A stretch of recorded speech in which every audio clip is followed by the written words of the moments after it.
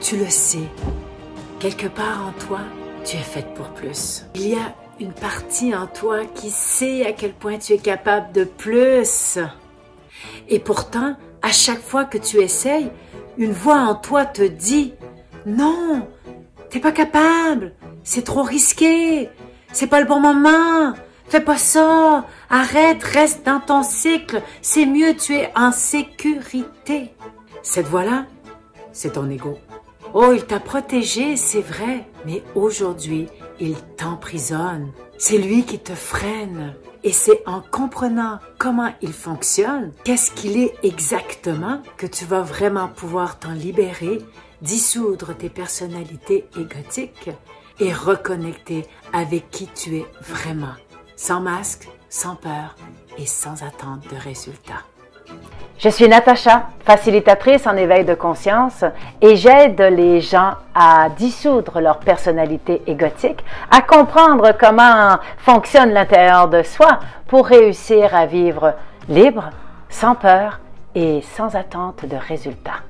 Aujourd'hui, je vais me concentrer sur l'ego et les 4 corps qui interagissent ensemble. Reste jusqu'à la fin parce que là, je vais te montrer 3 astuces pour réussir à reprendre tranquillement les rênes de ta vie. L'ego, c'est un mécanisme de défense qui nous a permis de survivre et de nous défendre enfants, lorsque nous étions encore vulnérables. Il a été nécessaire pour passer au travers de ces années en nous fabriquant une identité. Et selon nos expériences, nos croyances et notre conditionnement. Selon le contexte, l'ego nous fait croire que nous sommes ces rôles, que nous sommes ces pensées répétitives et ces réactions automatiques que nous avons. Mais l'ego est un filtre entre nous et la réalité. Et l'ego nous maintient dans la peur parce que c'est un mécanisme de défense. Et ça le dit. Un mécanisme de défense, ça veut dire qu'il y a toujours une attaque, donc il doit se défendre. Donc c'est pour ça que quand on dit qu'on est dans notre ego et on est dans la peur, c'est parce que on est toujours sur la défensive à l'attente d'un danger quand on est dans notre ego. Pour mieux comprendre aussi pourquoi est-ce qu'on s'identifie à notre ego, j'aime bien faire le parallèle avec un ordinateur. On prend comme hypothèse que nous sommes l'ordinateur au complet, c'est-à-dire la boîte de métal avec le clavier, la souris, les lettres et tout, l'écran et à l'intérieur tout ce qu'il y a. L'ego, lui, c'est le logiciel principal de l'ordinateur, on va dire le système d'exploitation. Donc l'ego a été programmé depuis notre enfance et il fonctionne selon des règles, comme les codes à l'intérieur du système d'exploitation. On a aussi des croyances. Ça serait nos applications. On a nos conditionnements aussi, donc c'est les choses qui sont là, ancrées, puis qui restent, donc notre disque dur. Et l'ego gère notre identité, nos habitudes, la perception du monde qu'on a, et tout le tralala. Mais la faille majeure de l'ego, c'est qu'il croit être l'ordinateur en entier. Et il est là le bas qui blesse.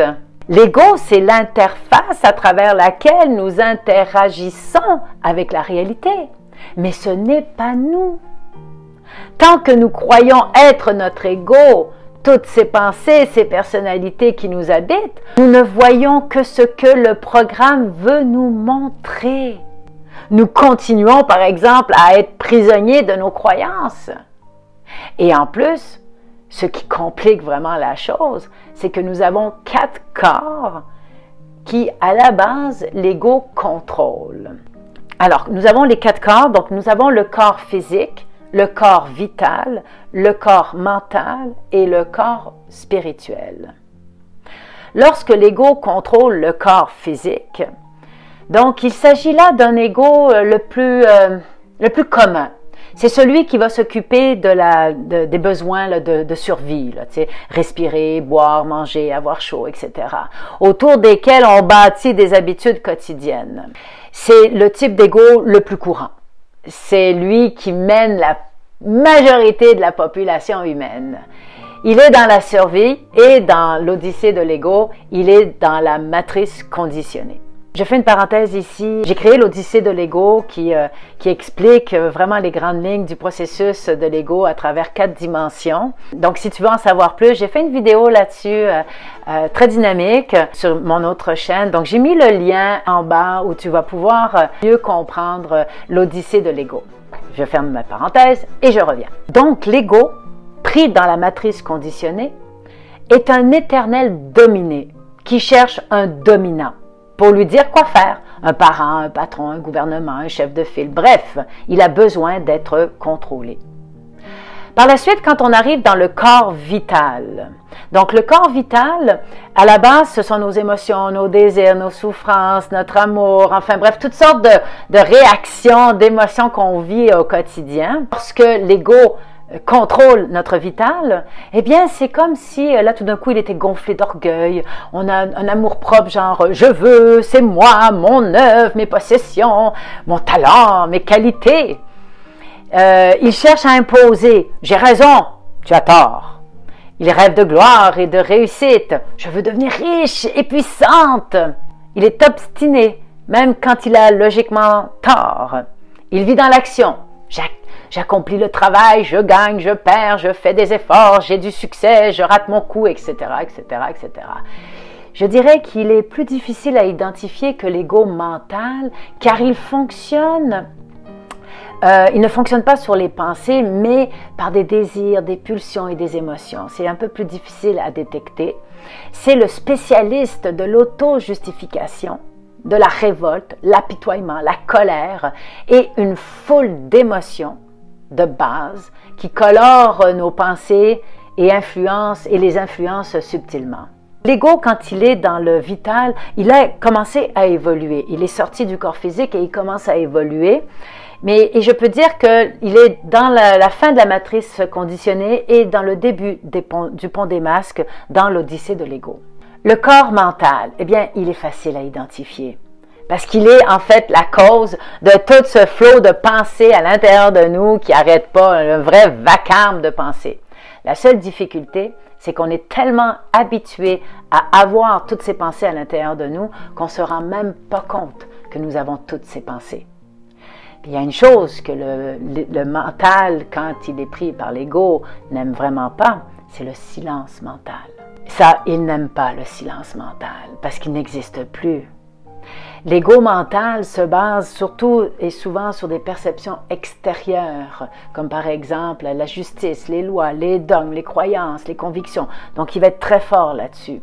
Il est le champion pour inventer toutes sortes de raisons favorables pour justifier toutes sortes de comportements qu'il croit vrais ou juste pour satisfaire les désirs du vital si celui-ci est plus fort que le mental. L'ego mental se situe vraiment dans le pont des masques, dans l'Odyssée de l'ego.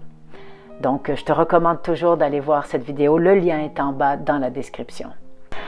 Maintenant, on arrive au corps spirituel. Ça, c'est quand l'ego mental monte en conscience, il finit par atteindre des niveaux spirituels et c'est là où on appelle l'ego spirituel. Il commence à se sentir spécial, supérieur. Il devient rempli de vanité face à son avancement spirituel. Il maîtrise un peu ceux qui ne sont pas aussi avancés que lui. Il croit détenir la vérité et impose sa vision aux autres. Ce genre d'ego est le plus dangereux. Il est le plus dangereux parce que la personne croit que son ego a disparu ou presque. Elle ne se rend pas compte qu'elle possède désormais un ego beaucoup plus sournois et puissant qu'avant. Là, on est arrivé au seuil de l'éveil dans l'Odyssée de l'ego. C'est vraiment très subtil quand on est arrivé là. Donc, chacun des corps dominés par l'ego devient un point de blocage, que ce soit des pensées négatives, des maladies, des émotions instables, des illusions spirituelles. C'est à partir de ce moment-là que l'on comprend pourquoi nous avons une multitude de personnalités égotiques, puisqu'il en existe plusieurs au travers de chaque corps que nous avons et qui s'activent selon le contexte et la situation. Dans l'Odyssée de l'ego, j'en ai identifié à ce jour 32, mais il y en a encore beaucoup. Maintenant, comment reconnaître l'ego et surtout, comment réussir à se reprogrammer pour laisser la place à l'âme? Donc, à l'intérieur de toi, dans ta tête, l'ego parle toujours en termes de peur. de validation extérieure et de comparaison. Il fonctionne sur le passé et le futur, jamais à l'instant présent. Jamais. Dès que l'on pense à hier ou à demain, avec un sentiment d'angoisse, d'anxiété et de stress, on est dans notre ego. C'est le temps de prendre une bonne respiration.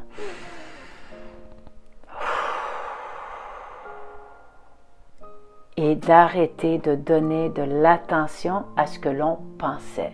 Maintenant, quand on dit écouter notre âme, ça veut dire quoi? Comment reconnaître que nous avons connecté avec notre âme? Notre âme, elle est silencieuse, elle murmure, elle chuchote. Donc, c'est beaucoup plus difficile à l'entendre. Par contre, dès que tu sens que il y a quelque chose qui pousse, tu sens qu'il y a quelque chose qu'il faut que tu fasses, c'est comme une vérité qui est en toi. Ça, c'est ton âme qui te parle. L'âme ne juge pas. Elle n'a pas besoin de reconnaissance. Elle n'a pas peur. Elle observe, elle ressent, elle sait, sans preuve. L'âme murmure, elle ne crie pas. Et surtout, elle est dans l'instant présent. Elle ne force jamais pour agir. Elle cherche à inspirer, à guider. Quand tu te retrouves dans ces états-là, sans peur, sans jugement, là tu es dans ton âme. Quand tu es ici à l'instant présent, sans peur. Ce sont des états de paix, de communion, où la joie de vivre et l'amour dominent sans compétition, sans adversaire, sans jugement, sans peur et sans attente de résultat. Si tu veux reprendre le pouvoir et vivre la vie que tu sens qu'il faut que tu vives, que tu sens que tu as à vivre, qu'il y a quelque chose de plus grand et que tu veux le vivre, eh bien, voici les 3 astuces que je te propose pour vraiment réussir à commencer à aller dans ce chemin-là. En premier, c'est de prendre conscience, comme je disais, des croyances qui te limitent. En deuxième, c'est d'observer tes pensées, mais sans t'identifier. Et d'arrêter et sans t'identifier et de les laisser passer. Elles ne t'appartiennent pas. Et aussi, un truc intéressant, agis autrement.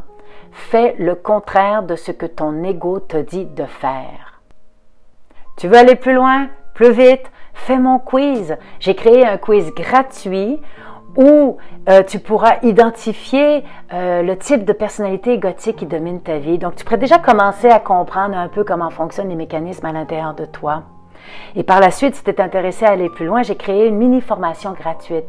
Donc, tout ça, le lien est en bas dans la description. Vas-y, clique, commence ton parcours pour commencer à comprendre, à décortiquer à l'intérieur de toi comment ça fonctionne.